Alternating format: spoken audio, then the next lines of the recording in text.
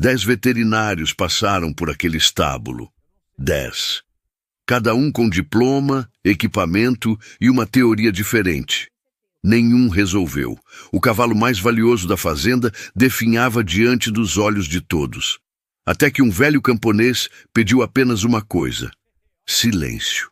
O que ele descobriu ali fez o dono da fazenda, um homem que nunca se curvou diante de ninguém, estender a mão e dizer obrigado. A Fazenda Valença era conhecida em toda a região pelos cavalos premiados e pelos leilões que atraíam compradores de outros estados. Mas nem sempre foi assim. 30 anos antes, aquela terra era apenas um pedaço de chão com cerca caída e mato tomando conta de tudo. Quem ergueu tudo foi Afonso Valença. Um homem calado que chegou ali sem nada e construiu cada metro daquela propriedade com as próprias mãos. Tratava cada animal pelo nome. Conhecia o temperamento de cada cavalo como quem conhece os filhos.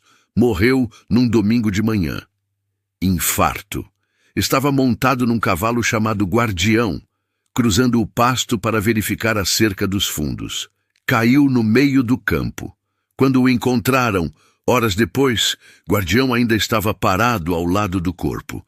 Não tinha saído do lugar. Augusto tinha 20 e poucos anos. Voltou correndo da cidade, encontrou o pai coberto com uma lona no meio do pasto e o cavalo ainda ali, como se esperasse alguém dizer que podia ir embora. Naquele dia, Augusto herdou a fazenda, as dívidas e uma reputação que ainda não era dele. Os primeiros anos foram de engolir orgulho e aprender na dor. O mercado exigia modernização, genética, estrutura, gente que entendesse de negócio grande. Foi aí que apareceu Márcio. Sorriso largo, aperto de mão firme, pasta cheia de promessas. Dizia que tinha conexões com compradores do exterior. Augusto, cansado de carregar tudo sozinho, aceitou a sociedade. No primeiro ano, tudo parecia funcionar. No segundo, as contas pararam de fechar. Quando Augusto finalmente conseguiu abrir os registros com um contador de confiança, o rombo era grande demais para esconder. Contratos fantasmas, notas que não existiam, pagamentos que nunca chegaram ao destino. E quando Augusto confrontou Márcio, o homem não negou. Apenas sorriu, pegou suas coisas e foi embora, como se aquilo fosse um jogo que ele já sabia como terminava. Augusto pagou cada centavo da dívida, sozinho. Vendeu metade do plantel. Cavalos que o pai havia criado desde potros saíram em caminhões. Augusto ficou na porteira vendo cada um partir, com o maxilar travado e os olhos secos. Desde aquele dia, Augusto mudou. Não por maldade, por cicatriz. Transformou disciplina em armadura. Cada contrato passava por suas mãos. Cada decisão era dele, e só dele. Funcionários aprenderam rápido. Não se questionava Augusto Valença. Em 10 anos, reconstruiu tudo. O nome Valença voltou ao topo. Mas o preço foi alto. Augusto virou um homem duro, respeitado e temido, sozinho, e no centro de tudo, no estábulo principal que mandou construir com o melhor material do mercado, ficava Soberano. Um cavalo marrom de pelagem brilhante, corpo forte, porte imponente. Avaliado em milhões, tratado como joia viva da propriedade. Augusto ia até ele toda manhã antes de qualquer reunião. Passava a mão no pescoço do cavalo, conferia a ração, observava a postura. Soberano não era apenas um investimento. Era a prova de que Augusto tinha vencido. A reputação dele transformada em carne e osso. E por isso, quando o tratador veio até ele numa manhã de terça-feira com a voz baixa e o rosto preocupado, dizendo que o cavalo não tinha tocado na ração desde a noite anterior, Augusto sentiu algo que não sentia havia anos. Medo.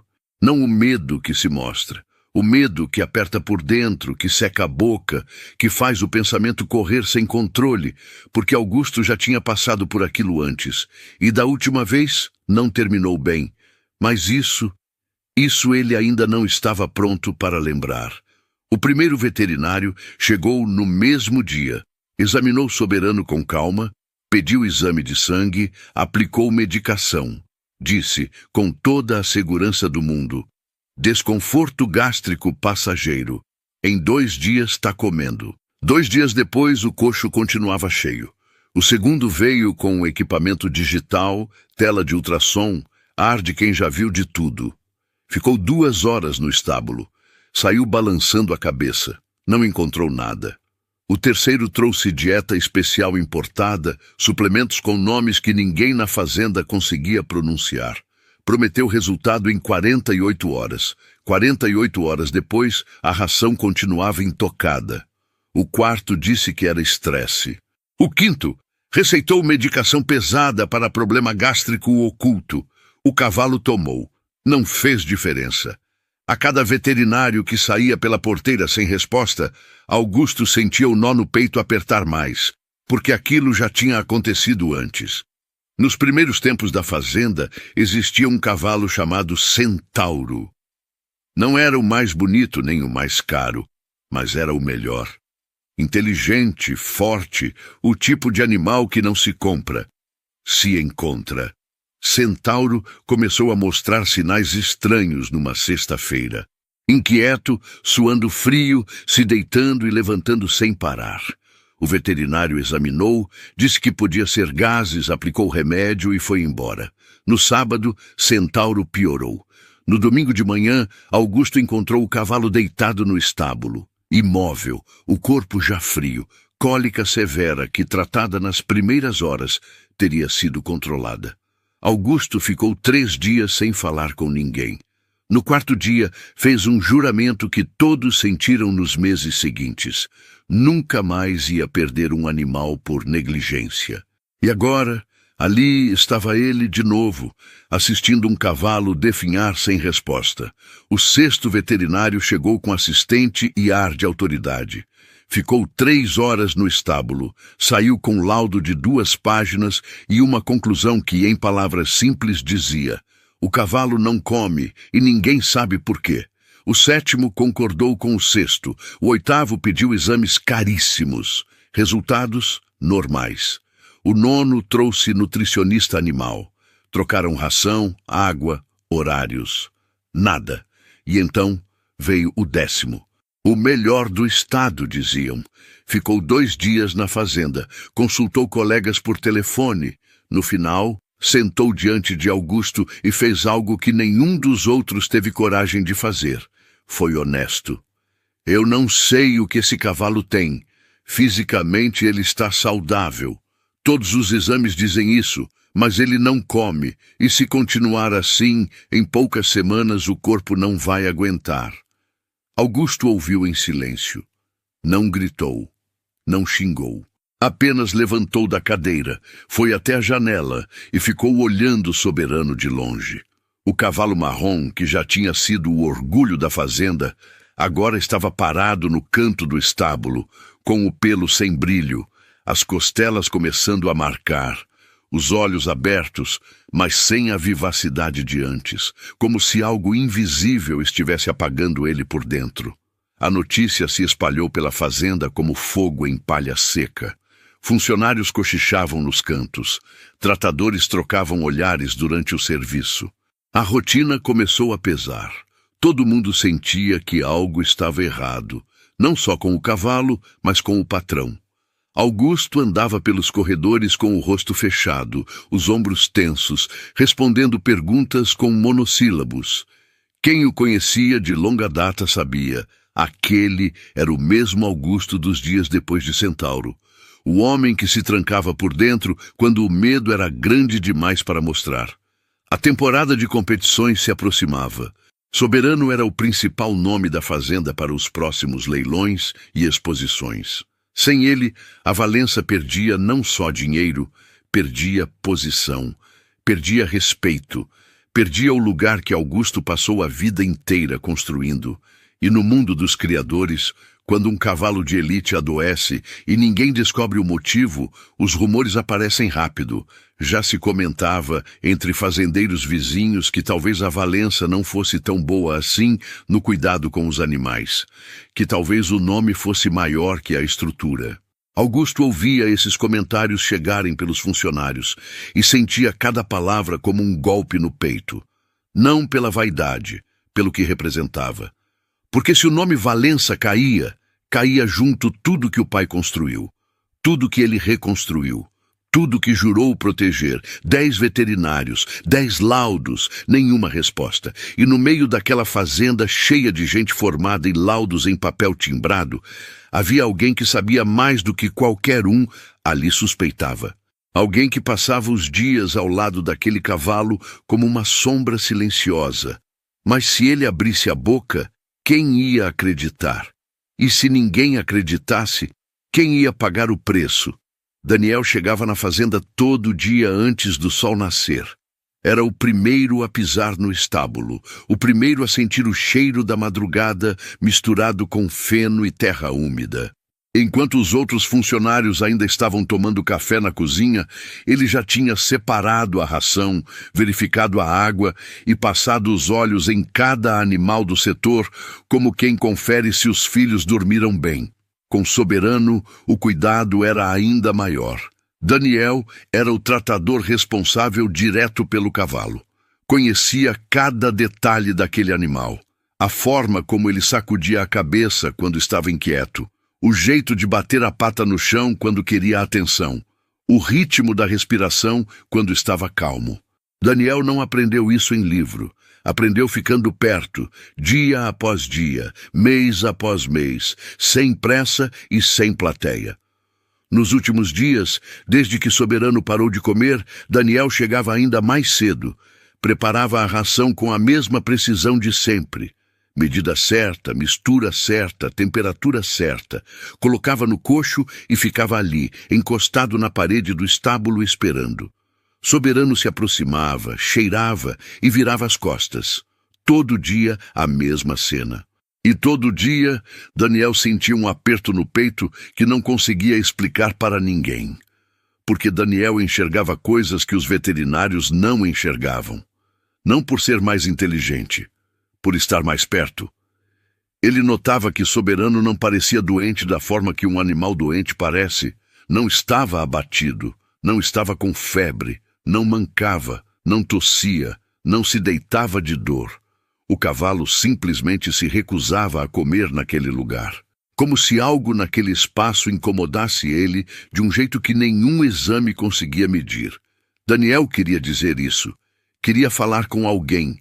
Mas na fazenda Valença, a voz de Daniel não valia nada. E ele sabia exatamente quando tinha aprendido essa lição. 2 anos antes, uma égua chamada Estrelinha começou a mostrar um comportamento estranho. Estava prenha de 7 meses e, de uma hora para outra, passou a ficar inquieta demais.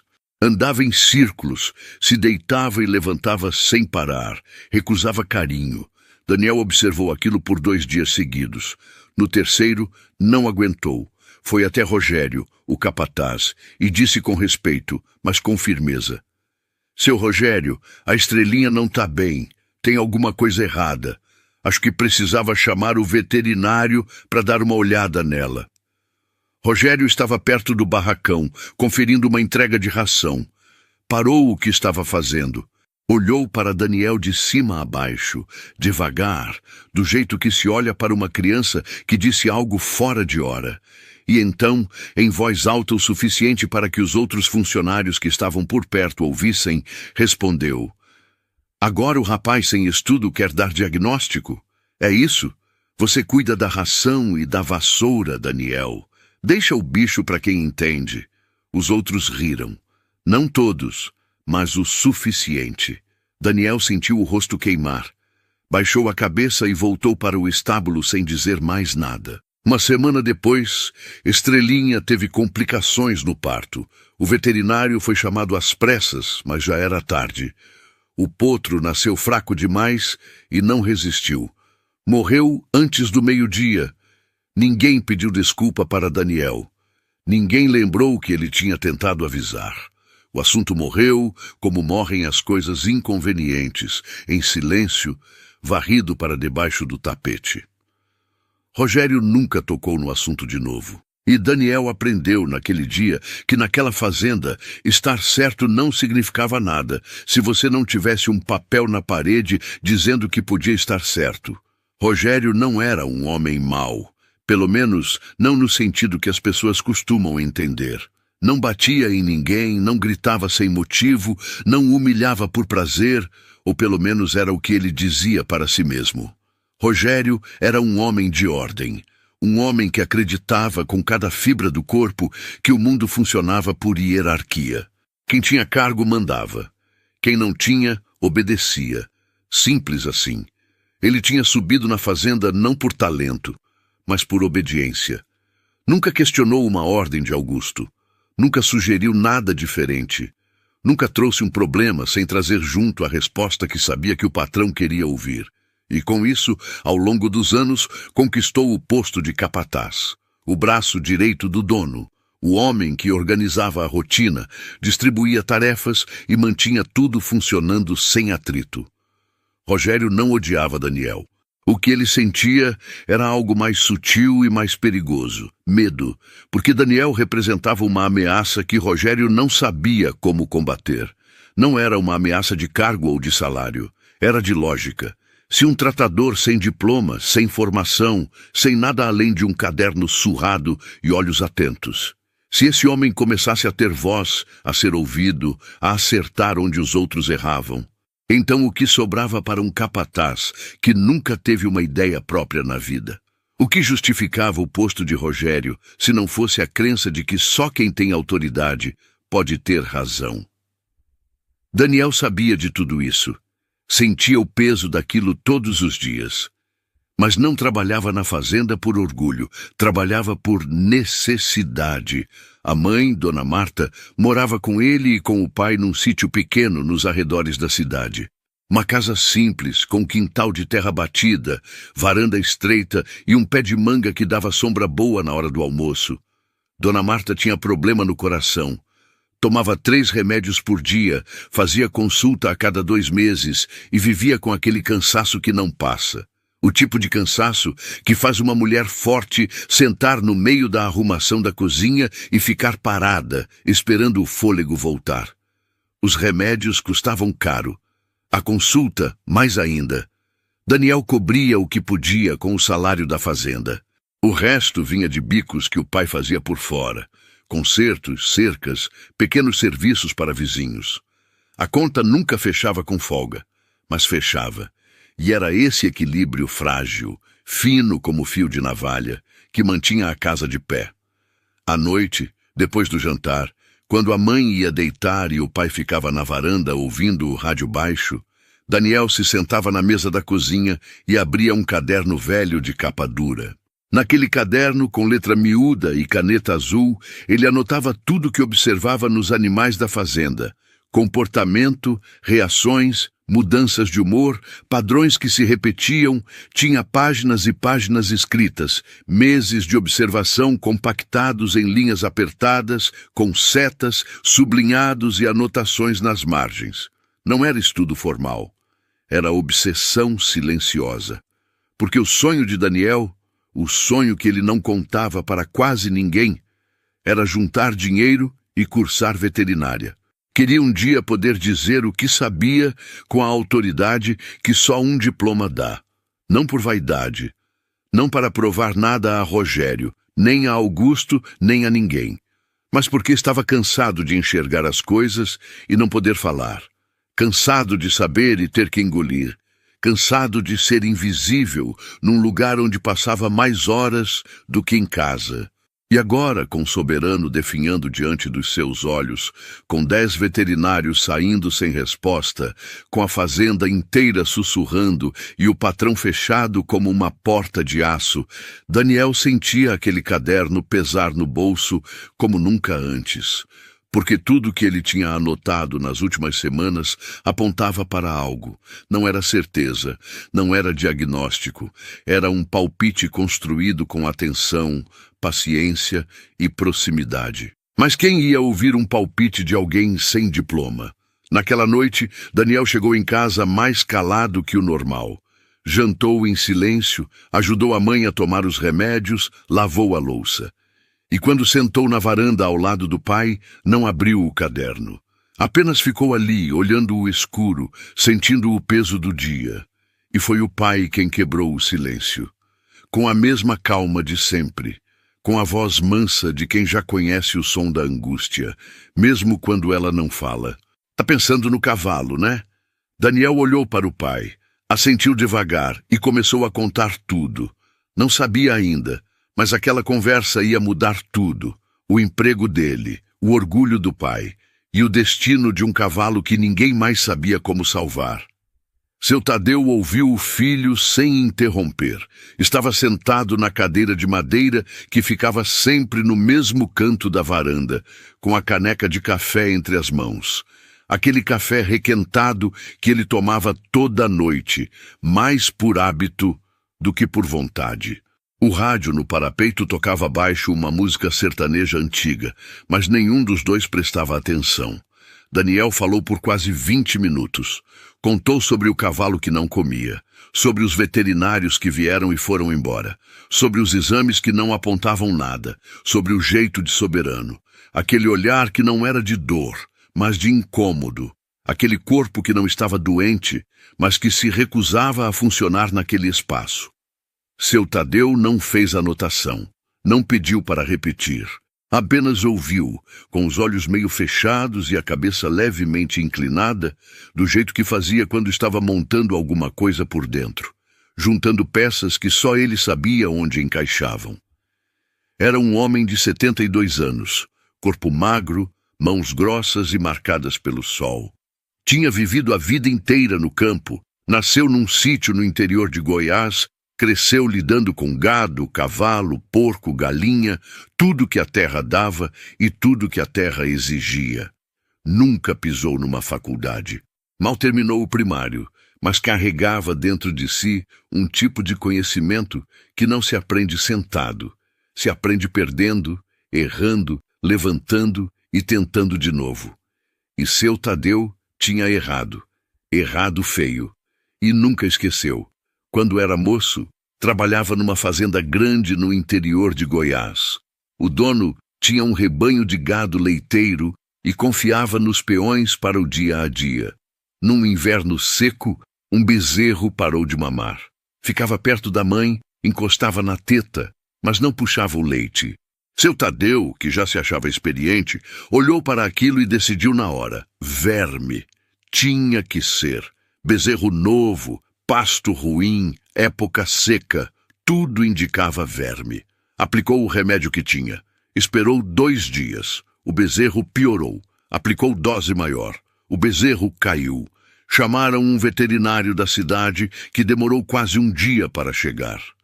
Quando examinou a vaca, encontrou o problema. Infecção na teta. O leite estava contaminado. O bezerro não mamava porque o leite fazia mal. E o remédio de verme, aplicado num animal já fraco, só tinha acelerado o estrago. O bezerro morreu naquela mesma noite. Seu Tadeu ficou ao lado do corpo até de manhã. Não chorou, pelo menos não na frente de ninguém. Mas quando voltou para a casa dos peões, sentou na cama e ficou com as mãos no rosto por um tempo que ninguém contou. O dono da fazenda não o culpou. Disse que essas coisas acontecem. Mas seu Tadeu se culpou e carregou aquilo para o resto da vida. Não como castigo, como lição. A lição de que confiança sem observação é arrogância. De que o corpo de um animal fala, mas fala baixo. E que quem quer ouvir precisa primeiro calar a própria certeza. Depois daquele dia, seu Tadeu mudou. Aprendeu a olhar antes de agir. A perguntar antes de concluir. A respeitar o que não entendia, em vez de atropelar com o que achava que sabia. Passou anos observando animais com uma paciência que irritava os outros, mas que, no fim, acertava mais do que errava. Daniel cresceu vendo isso. Cresceu ao lado de um pai que resolvia coisas que pareciam impossíveis, não porque soubesse mais, mas porque olhava melhor. Lembrava de uma vez, quando tinha uns 7 anos, em que uma cabra do sítio parou de comer. A mãe ficou preocupada. Queria chamar alguém. Seu Tadeu pediu calma, foi até o curral, não tocou na cabra, não deu remédio. Sentou num toco de madeira e ficou olhando. Daniel sentou do lado, sem entender o que o pai estava fazendo. Ficaram ali por quase 1 hora. Então, devagar, seu Tadeu levantou, foi até o coxo, enfiou a mão no fundo e puxou um pedaço de arame enroscado entre as frestas da madeira. A cabra encostava o focinho ali toda vez que tentava comer, e o arame a machucava. O pai tirou o arame, limpou o coxo e a cabra comeu no mesmo dia. Não era mágica, era atenção.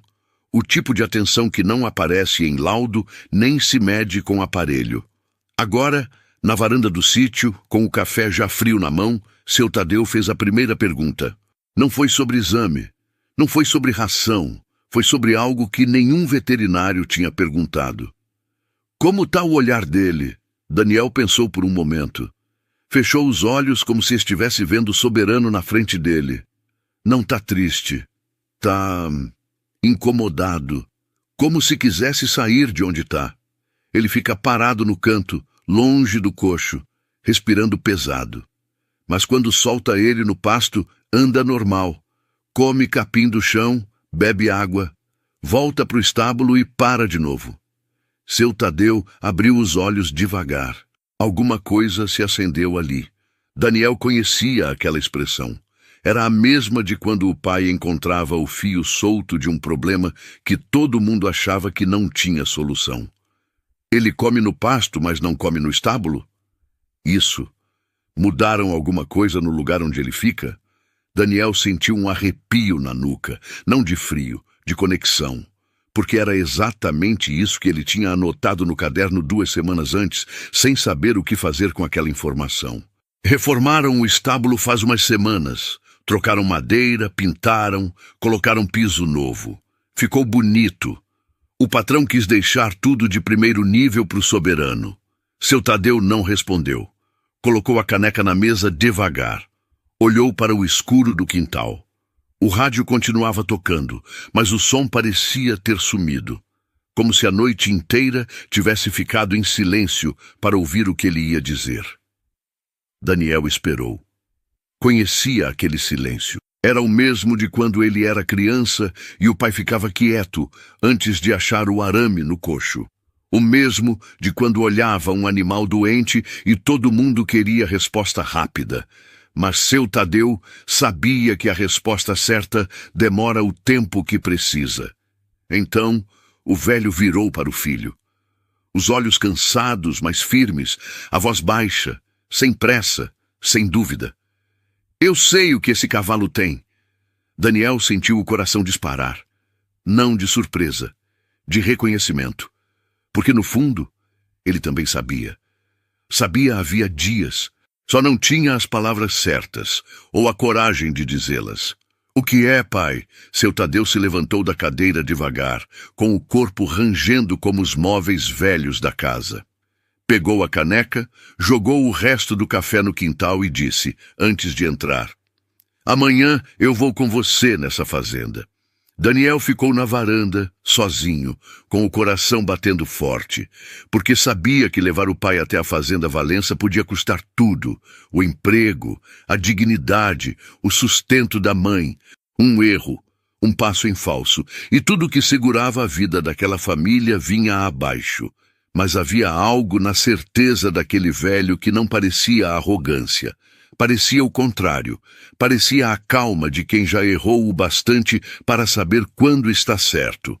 E Daniel, naquela noite, fez a escolha mais difícil da vida dele. Confiar. Mesmo sabendo que se o pai errasse, não seria apenas o emprego que ele perdia. Seria tudo. Daniel não dormiu naquela noite. Ficou deitado no escuro, olhando o teto de madeira do quarto, ouvindo os grilos do lado de fora e o ronco leve do pai no cômodo ao lado. A cabeça não parava. Cada pensamento puxava outro, e todos levavam para o mesmo lugar, o que ia acontecer de manhã. Ele repassava os cenários como quem folheia o caderno de anotações, mas desta vez as páginas não eram sobre cavalos, eram sobre ele. Se desse certo, ninguém ia lembrar que foi ideia dele.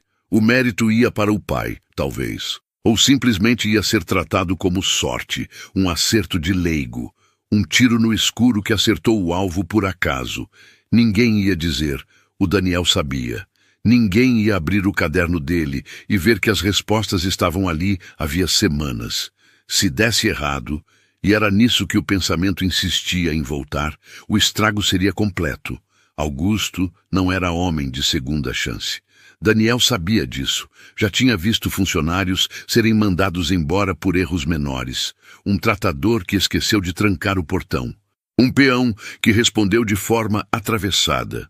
Augusto não gritava, não fazia escândalo, apenas dizia com aquela voz plana e final, pode ir.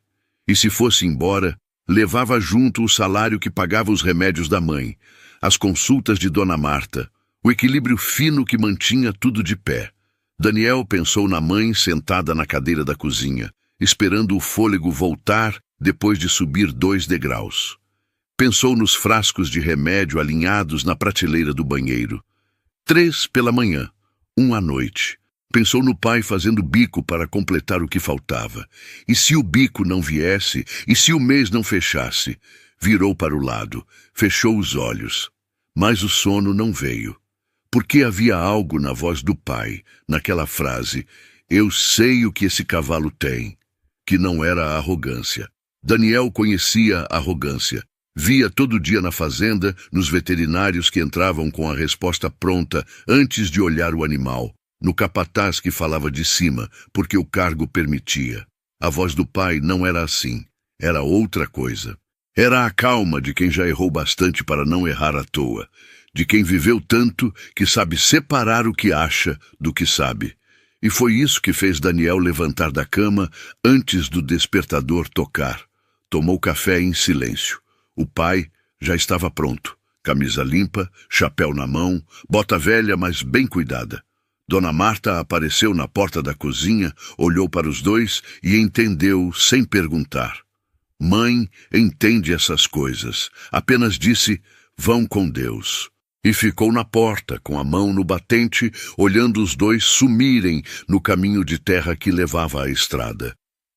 Na fazenda, a manhã começava como todas as outras, desde que Soberano parou de comer. Tensa, silenciosa, com os funcionários andando de cabeça baixa e evitando cruzar com o patrão. Daniel deixou o pai, esperando perto do barracão, e foi até a sede procurar Augusto. Encontrou o patrão na varanda do escritório, de pé, com uma caneca de café na mão e o olhar perdido na direção do estábulo. Parecia que não tinha dormido também. Daniel respirou fundo, sentiu a boca secar e se aproximou. Seu Augusto, preciso falar com o senhor. Augusto virou devagar. O rosto fechado, as olheiras fundas, não disse nada, apenas esperou. Meu pai está aqui, ele acha que pode ajudar com o Soberano. O silêncio que veio depois pareceu durar 1 minuto inteiro. Augusto olhou para Daniel como se estivesse processando cada palavra, procurando o sentido escondido, a armadilha, o ângulo. Depois cruzou os braços, levantou o queixo. Seu pai, o seu Tadeu. Não era pergunta, era a confirmação de algo que já soava ridículo antes de ser dito. E onde está o diploma dele, Daniel? Daniel engoliu seco, sentiu o rosto esquentar, o peito apertar, mas não baixou os olhos. Ele não tem diploma, seu Augusto. O senhor sabe disso. Mas ele viveu a vida inteira no campo. Lida com animal desde antes de eu nascer. Entende de comportamento, de ambiente, de coisas que não aparecem em exame. Augusto soltou um riso curto pelo nariz. Não era riso de alegria, era de cansaço, de descrença, do tipo que sai quando alguém já tentou de tudo e ouve mais uma sugestão que parece absurda. 10 veterinários formados passaram por aqui, Daniel. 10. Com aparelho, com laudo, com anos de faculdade. Nenhum resolveu. E agora você me diz que um velho do mato vai chegar aqui e descobrir o que eles não descobriram? Daniel sentiu cada palavra como um tapa, mas não recuou, porque sabia que, se recuasse agora, Nunca mais ia ter coragem de abrir a boca naquela fazenda. E o caderno no bolso ia continuar sendo só um caderno. Eu só peço uma chance, seu Augusto. Uma. Se não funcionar, o senhor nunca mais ouve falar nisso. Augusto ficou em silêncio. Olhou para o estábulo, para o cavalo marrom que já não brilhava como antes, para o coxo intocado, para o vazio que 10 laudos tinham deixado. Respirou fundo e disse, com a voz seca como o chão de agosto: "Traz o velho. Mas ouve bem o que eu vou dizer, Daniel. Se algo der errado, qualquer coisa, você paga, com o emprego ou com o bolso. Estamos entendidos?" Daniel assentiu. Não confiava na própria voz naquele momento. Foi até o barracão buscar o pai. Seu Tadeu estava sentado num toco de madeira, o chapéu no colo, olhando os cavalos no pasto com a tranquilidade de quem está na própria varanda.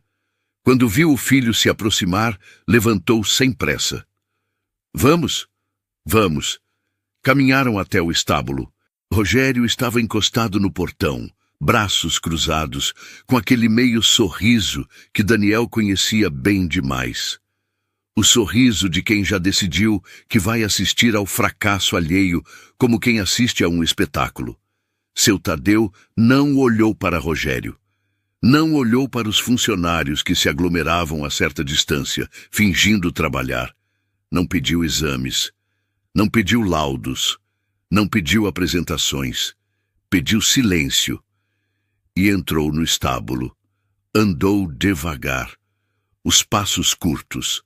As mãos soltas ao lado do corpo.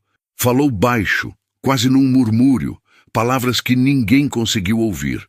Talvez nem fossem palavras, talvez fosse só o som da presença calma de alguém que sabe estar perto de um animal sem assustá-lo. Chegou até Soberano. O cavalo, que nos últimos dias se afastava de qualquer aproximação, ficou parado. Não recuou. Apenas olhou para aquele homem velho com uma atenção que não tinha mostrado para ninguém havia semanas. Seu Tadeu tocou o pescoço do cavalo com a palma aberta, devagar.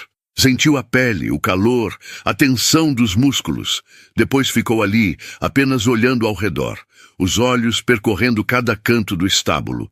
O teto, as paredes, o piso, as janelas, o coxo, o bebedouro.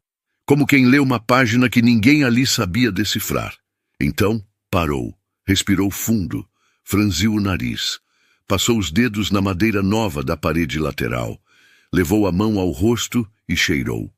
Ficou em silêncio por alguns segundos. Depois fez a pergunta que nenhum veterinário tinha feito. "Quando reformaram isso aqui?" Daniel olhou para Rogério. Rogério desviou o olhar. "Faz umas 3, 4 semanas", respondeu alguém do fundo. Seu Tadeu confirmou com a cabeça, devagar, como quem já sabia a resposta antes de perguntar. Virou para Daniel. Depois olhou para Augusto, que tinha se aproximado sem que ninguém percebesse e estava parado na entrada do estábulo, tenso como um fio esticado. "Esse verniz", disse seu Tadeu, com a voz firme, mas sem pressa. "Esse cheiro, pra gente passa despercebido. A gente entra aqui, sente um cheiro de novo, de limpo e acha bonito. Em 2, 3 dias, o nariz acostuma e nem nota mais. Mas cavalo não acostuma. O faro dele é outro mundo. Esse cheiro tá irritando ele por dentro, tá queimando as vias dele. Ele não consegue comer num lugar que sufoca ele." Rogério soltou um riso pelo nariz e disse alto o suficiente para todo mundo ouvir: "Cheiro? O cavalo parou de comer por causa de cheiro? Isso é conversa de quem nunca abriu um livro na vida?"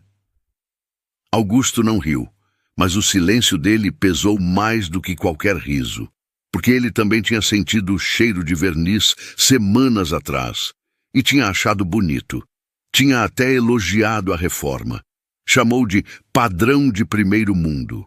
A ideia de que aquilo, o orgulho dele, a reforma que ele mesmo encomendou, pudesse ser o problema, era difícil de engolir.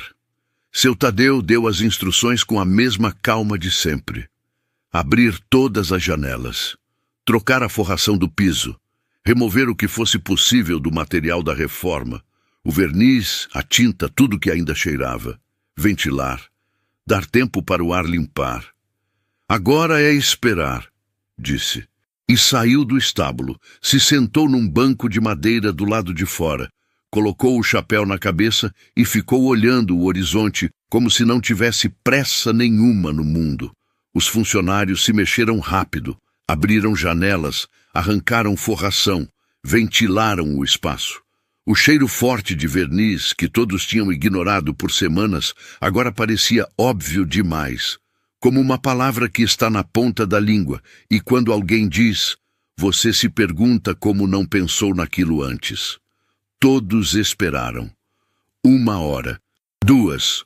O sol foi mudando de lugar no céu, as sombras foram crescendo. Soberano se levantou devagar, caminhou até o coxo, cheirou a ração, ficou parado ali por um momento. Daniel prendeu a respiração. O cavalo virou as costas e voltou para o canto do estábulo. Não comeu. Rogério soltou um riso baixo, não alto o suficiente para ser confrontado, mas alto o bastante para que todos ouvissem. Um riso que dizia tudo sem precisar de palavras. Augusto cerrou o maxilar. Olhou para seu Tadeu, olhou para Daniel, e sem dizer nada, virou as costas e caminhou para o escritório. Daniel sentiu o chão abrir debaixo dos seus pés. Olhou para o pai. Seu Tadeu continuava sentado no banco, com o chapéu na cabeça, olhando o nada, como se nada tivesse acontecido. O sol começou a cair e levou junto o resto de esperança que ainda pairava sobre aquele estábulo. Os funcionários foram saindo aos poucos, em silêncio, cada um com a mesma expressão de quem assistiu a algo constrangedor e quer esquecer rápido. Ninguém olhou para Daniel ao passar. Ninguém disse uma palavra para seu Tadeu, que continuava sentado no banco de madeira do lado de fora, com o chapéu cobrindo parte do rosto e as mãos apoiadas nos joelhos. Daniel estava encostado na parede do estábulo, de braços cruzados, olhando soberano no fundo da baia. O cavalo marrom estava deitado agora. Não comia, não bebia, apenas respirava com o corpo pesado e os olhos entreabertos.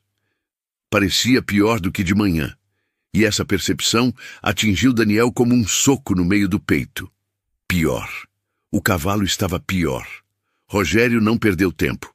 Assim que o último funcionário do turno virou as costas, caminhou direto até a sede e bateu na porta do escritório de Augusto. Não esperou ser chamado. Entrou. Augusto estava sentado atrás da mesa, com os cotovelos apoiados e as mãos entrelaçadas na frente do rosto. Não levantou os olhos quando Rogério entrou, mas ouviu.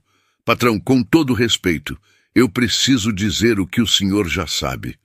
Rogério falou devagar, escolhendo cada palavra. Isso é palhaçada. O senhor confiou a saúde de um cavalo de milhões num velho que nunca pisou numa sala de aula. O bicho não comeu e agora parece pior do que antes. Se alguma coisa acontecer com o soberano por causa dessa brincadeira, a responsabilidade cai em cima de quem? Augusto não respondeu. Rogério continuou. Eu conheço uma clínica em São Paulo, a melhor do estado. Gente séria, com estrutura de verdade. Se o senhor ligar agora, eles mandam uma equipe amanhã de manhã. Augusto finalmente levantou os olhos. Olhou para Rogério por um momento longo, sem expressão. Depois disse apenas, pode sair. Rogério saiu, e Augusto ficou sozinho. O escritório era um cômodo pequeno no fundo da sede, com uma mesa de madeira escura, uma estante com pastas e registros de leilões e uma janela que dava para o pasto dos fundos. Nas paredes, quadros com fotos de cavalos premiados, certificados, troféus de exposição. Tudo que Augusto tinha conquistado nos últimos 20 anos estava ali, emoldurado e pendurado, como prova de que ele venceu. Mas os olhos de Augusto não estavam nos troféus. Estavam numa foto pequena, sem moldura sofisticada, encostada no canto da estante. Uma foto antiga, meio amarelada, de um homem montado num cavalo escuro. O homem sorria. Um sorriso raro, quase tímido, como se tivesse sido pego de surpresa no meio de um momento bom. Era Afonso, montado em guardião. Provavelmente no mesmo pasto onde caiu, anos depois, sem nunca mais levantar. Augusto pegou a foto. Ficou olhando por um tempo que não soube medir. Passou o dedo pela borda gasta do papel. E sentiu subir aquela coisa que passava a vida inteira empurrando para baixo, o peso de não ter estado lá, de ter recebido a notícia por telefone, de ter chegado tarde demais para dizer qualquer coisa que prestasse. O pai teria sabido o que fazer com Soberano. Augusto tinha certeza disso. Afonso conhecia cada cavalo pelo cheiro, pelo passo, pelo jeito de mexer a orelha. Não precisava de laudo. Não precisava de aparelho, precisava de tempo e de silêncio, exatamente como aquele velho lá fora. Augusto colocou a foto de volta na estante, abriu a gaveta da mesa. No fundo, debaixo de papéis e canetas, estava o cartão da Clínica de São Paulo, branco com letras douradas, número de telefone, nome do diretor, endereço. Tirou o cartão, ficou girando entre os dedos. Pegou o telefone, discou os primeiros números e parou, porque ligar para São Paulo significava admitir que tinha perdido, que a Fazenda Valença, com toda a sua estrutura, com todos os seus recursos, com o nome que ele matou de reconstruir, não dava conta de cuidar do próprio cavalo. E Augusto não sabia perder, não depois de Márcio, não depois de tudo. Largou o telefone, levantou da cadeira, foi até a janela. Lá fora, o céu estava escurecendo. As luzes do estábulo acenderam, e Augusto viu, de longe, a silhueta de Soberano deitado no mesmo lugar. Parado, magro, as costelas marcando sob o pelo que já não brilhava. E, de repente, não era mais Soberano que ele via, era Centauro, o corpo no chão do estábulo, já frio, já imóvel. O silêncio daquela manhã de domingo em que chegou e encontrou o cavalo morto. A sensação de ter falhado, de ter confiado em quem não devia, de ter esperado quando devia ter agido. Augusto fechou os olhos, apertou a mandíbula, sentiu a garganta fechar. Não ia acontecer de novo. Não podia. Saiu do escritório com passos firmes. Cruzou o terreiro, passou pelo barracão. Chegou ao estábulo. Seu Tadeu continuava no mesmo banco, na mesma posição, como se fizesse parte daquela paisagem. Daniel estava de pé, perto da porta, com a cara de quem carrega o mundo nas costas. Augusto parou diante do velho. A voz saiu dura, cortante, sem espaço para negociação. Seu Tadeu, eu vou ser direto. O senhor tem até o sol nascer. Se esse cavalo não comer até de manhã, o senhor sai dessa fazenda, e o Daniel vai junto. Seu Tadeu olhou para Augusto. Não com medo, não com raiva, com uma calma que naquele momento parecia quase provocação, mas que era só a calma de quem já enfrentou noites piores que aquela. Tá certo, respondeu, e não disse mais nada. Augusto virou as costas e sumiu na escuridão do terreiro. Daniel ficou parado, sentindo as pernas tremerem. Olhou para o pai. Quis dizer alguma coisa. Pedir desculpa por tê-lo trazido até ali, por ter apostado o que não tinha, por ter colocado o orgulho de um velho de 72 anos na mão de um patrão que media gente por diploma. Mas antes que abrisse a boca, seu Tadeu falou: "Senta aqui, filho." Daniel sentou. O banco de madeira rangeu. O silêncio da noite era diferente do silêncio do dia. Mais pesado, mais vivo, cheio de sons pequenos que o barulho da rotina normalmente engolia. "Pai, o cavalo não comeu. Parece pior. E se... O corpo dele tá limpando", disse seu Tadeu sem pressa. "O veneno tá saindo do ar, mas ainda tá dentro dele, nas narinas, na garganta. Ele precisa de tempo para sentir que o lugar mudou. Animal não funciona no nosso relógio, Daniel. Funciona no dele. E se ele não comer?" Seu Tadeu olhou para o céu. A lua estava fina, quase sumindo atrás de uma nuvem. "Ele vai comer." "Como o senhor tem tanta certeza?"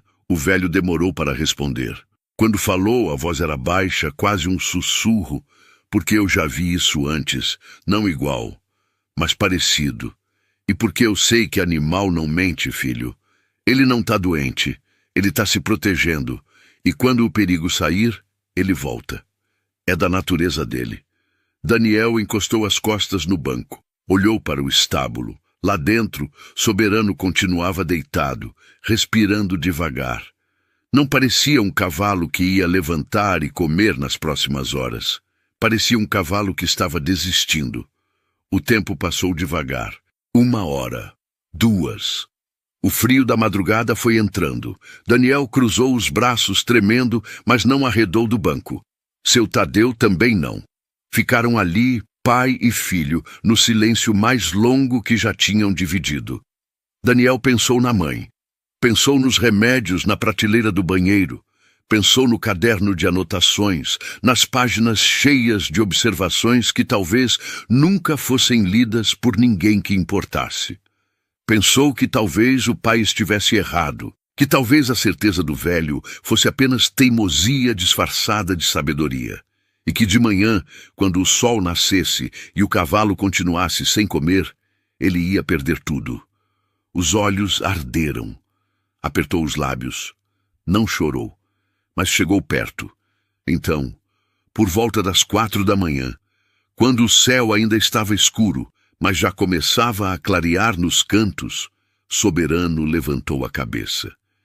Devagar, como quem acorda de um sono pesado. Ficou parado por um momento, com as orelhas atentas, o focinho apontado para algum lugar que só ele percebia. Depois se levantou.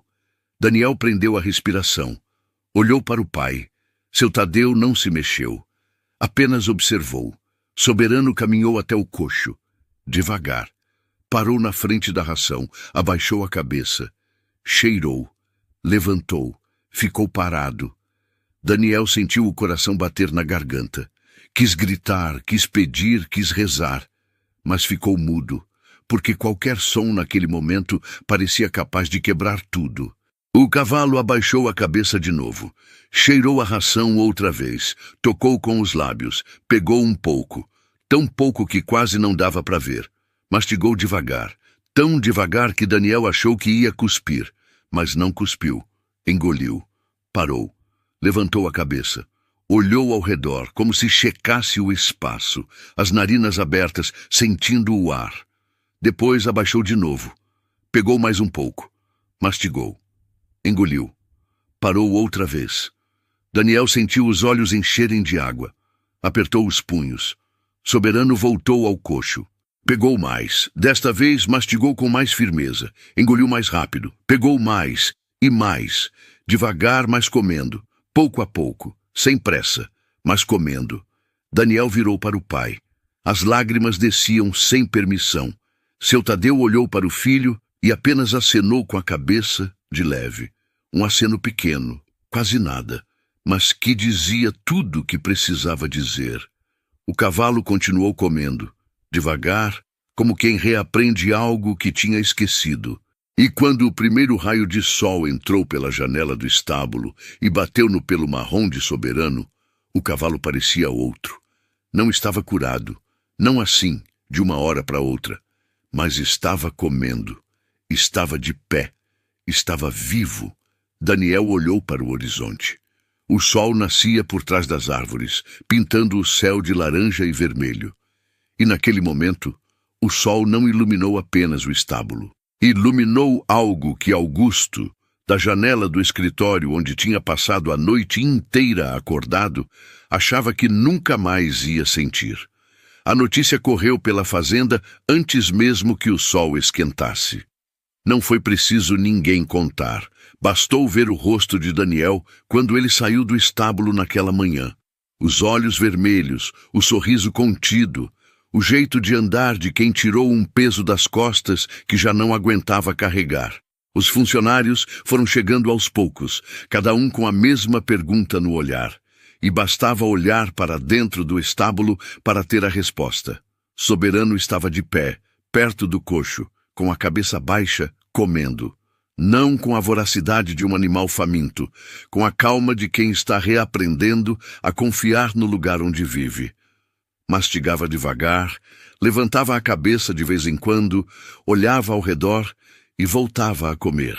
O pelo marrom ainda estava sem brilho, as costelas ainda marcavam, o corpo ainda mostrava as semanas de recusa, mas os olhos eram outros. Tinham uma coisa que não estava ali na véspera: tranquilidade. Rogério foi um dos primeiros a chegar. Parou na porta do estábulo, viu o cavalo comendo e ficou ali por um tempo sem se mover. O meio sorriso de deboche que carregava na noite anterior tinha desaparecido. No lugar, havia algo que ele não sabia bem como processar. Não era vergonha. Rogério não era homem de sentir vergonha na frente dos outros. Era algo mais silencioso. A percepção incômoda de que tudo em que ele acreditava sobre como o mundo funciona tinha acabado de rachar na frente dos seus olhos. Ele não disse nada. Não parabenizou. Não pediu desculpa. Apenas descruzou os braços, enfiou as mãos nos bolsos e saiu andando para o barracão. Mas não foi longe, porque Augusto, que vinha caminhando pela lateral da sede, parou ao lado de Rogério no meio do terreiro, olhou para ele e disse, sem levantar a voz, sem raiva, mas com um peso que não deixava espaço para a resposta: "Da próxima vez que alguém nessa fazenda tiver alguma coisa para dizer, Rogério, você ouve, antes de rir." Rogério ficou parado com as mãos nos bolsos, olhando o chão. Não respondeu.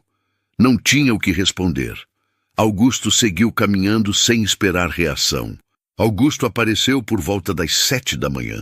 Veio pela lateral da sede, caminhando devagar, com a mesma roupa da noite anterior, a camisa amassada, a barba por fazer, os olhos fundos de quem não dormiu um minuto sequer. Parou a uns 10 metros do estábulo. Olhou para dentro, viu o soberano comendo. Ficou parado ali por um tempo que ninguém ousou interromper. Depois, caminhou até onde seu Tadeu estava. O velho tinha se levantado do banco e estava de pé perto da cerca, esticando as costas, com o chapéu na mão e o rosto cansado, mas sereno. Daniel estava ao lado, ainda sem acreditar completamente no que tinha acontecido. Augusto parou diante de seu Tadeu. Os dois homens se olharam. Não tinha plateia ensaiada, não tinha discurso preparado, tinha apenas 2 homens velhos demais para fingir e cansados demais para enrolar. Augusto estendeu a mão. Não foi um gesto rápido, foi devagar, deliberado. O braço saiu aos poucos, como se cada centímetro custasse algo, e custava, porque aquela mão estendida não era só um cumprimento. Era Augusto admitindo que estava errado. Que o diploma que ele exigia de todo mundo não tinha sido suficiente. Que 10 laudos em papel timbrado valeram menos que a paciência de um homem sentado num banco de madeira. Seu Tadeu olhou para a mão estendida. Depois olhou para Augusto e apertou, firme. Com a mesma firmeza de quem aperta a mão da terra todo dia, sem cerimônia, sem orgulho, sem precisar provar nada. "Obrigado, seu Tadeu." 3 palavras. Augusto disse apenas 3 palavras. Mas naquele terreiro, naquela manhã, com o sol batendo de lado e os funcionários olhando de longe sem fingir que não estavam olhando, aquelas 3 palavras pesaram mais do que qualquer laudo, qualquer certificado, qualquer troféu pendurado na parede do escritório. Seu Tadeu apertou a mão de volta. Não disse nada. Não precisava. O aperto já dizia.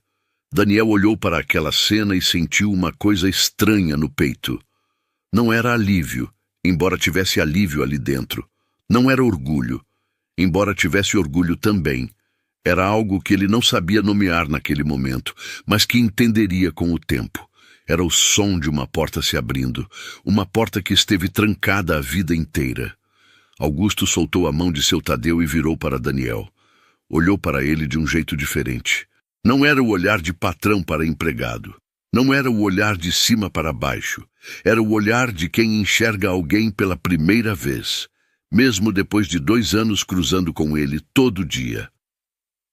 Você sabia, não sabia? Perguntou Augusto, baixo.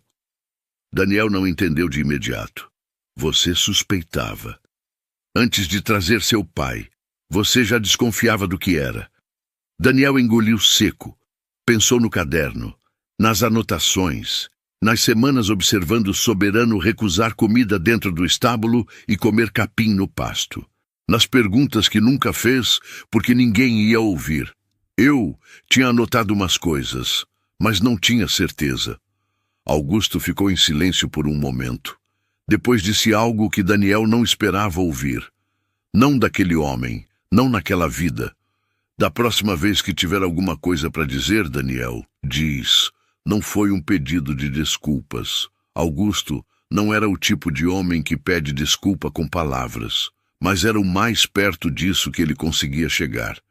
E Daniel entendeu. Seu Tadeu e Daniel saíram da fazenda naquela manhã com o mesmo silêncio com que tinham chegado. Caminharam até o ponto onde o ônibus passava, sem pressa, sem conversa grande. O pai andava devagar, com o corpo doído da noite no banco de madeira, mas com um passo firme que não pedia ajuda. No ônibus, Daniel olhou pela janela e pensou na mãe. Pensou em como ia contar tudo aquilo. Pensou nos remédios que iam continuar na prateleira do banheiro, nas consultas que iam continuar acontecendo, no salário que ia continuar chegando no fim do mês. O equilíbrio fino da casa tinha sobrevivido. Por pouco, mas tinha. Quando chegaram, Dona Marta estava na cozinha. Olhou para os dois entrando e soube, antes de qualquer palavra, que alguma coisa tinha mudado. Mãe sabe, mãe sente no ar. Sentou na cadeira, com a mão no peito, como fazia quando o coração apertava, e ouviu Daniel contar tudo. O cavalo, os veterinários, o patrão, a noite no banco, o momento em que Soberano voltou a comer e o aperto de mão. Dona Marta ouviu calada. Quando o filho terminou, virou para o marido com os olhos cheios d'água. Seu Tadeu estava sentado no canto da mesa, com a caneca de café entre as mãos. Café fresco, dessa vez. Olhou para a esposa. Não disse nada de grandioso. Não disse que tinha vencido, nem que tinha provado algo. Tomou um gole, colocou a caneca na mesa e disse com a mesma simplicidade de sempre. O cavalo só precisava respirar. Dona Marta soltou uma risada molhada, dessas que saem misturadas com choro. Daniel também riu.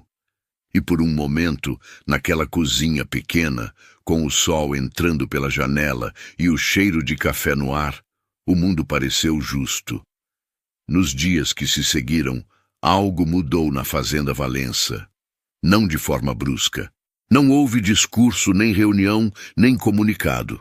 Mas quem prestasse atenção percebia as diferenças.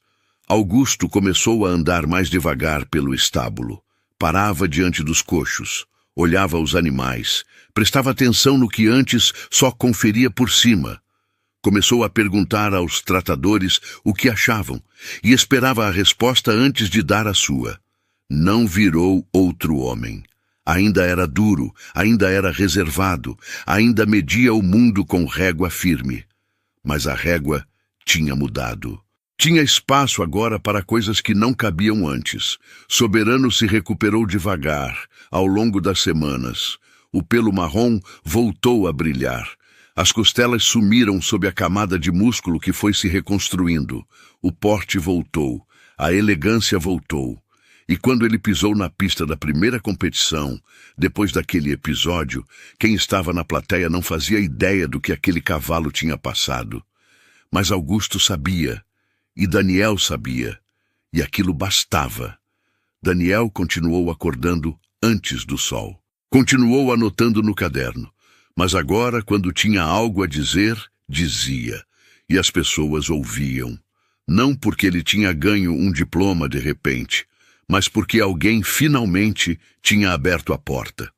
Uma tarde, semanas depois, um funcionário novo entrou na fazenda. Jovem, curioso, cheio de perguntas. Ouviu a história de Soberano por pedaços, de um e de outro, e foi até Daniel com a pergunta que todo mundo fazia. É verdade que um idoso do campo resolveu o que 10 veterinários não conseguiram? Daniel parou o que estava fazendo, olhou para o funcionário e respondeu com as palavras do pai, as mesmas que seu Tadeu dizia desde que ele era menino, desde a cabra com o arame no coxo, desde o bezerro que morreu em Goiás, desde todas as vezes em que a vida ensinou que o mais importante não é o que você sabe, mas o quanto você está disposto a prestar atenção. Ele não resolveu. Ele prestou atenção. Porque às vezes o que falta não é conhecimento técnico, é olhar atento.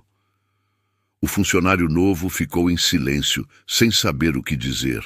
Daniel sorriu de leve, voltou ao trabalho e não falou mais nada. Lá fora, Soberano pastava no campo aberto. O sol batia no pelo marrom e fazia o cavalo brilhar como ouro escuro. O vento passava pelo pasto, levantando poeira fina. E quem olhasse de longe ia ver apenas um cavalo bonito comendo capim numa fazenda bem cuidada. Mas quem conhecesse a história ia ver outra coisa. Ia ver que, às vezes, a resposta que todo mundo procura não está no exame mais caro, nem no diploma mais alto, nem no especialista mais famoso. Está na mão calosa de um velho que aprendeu, errando, que o mais difícil do mundo não é saber. É ter paciência para ouvir.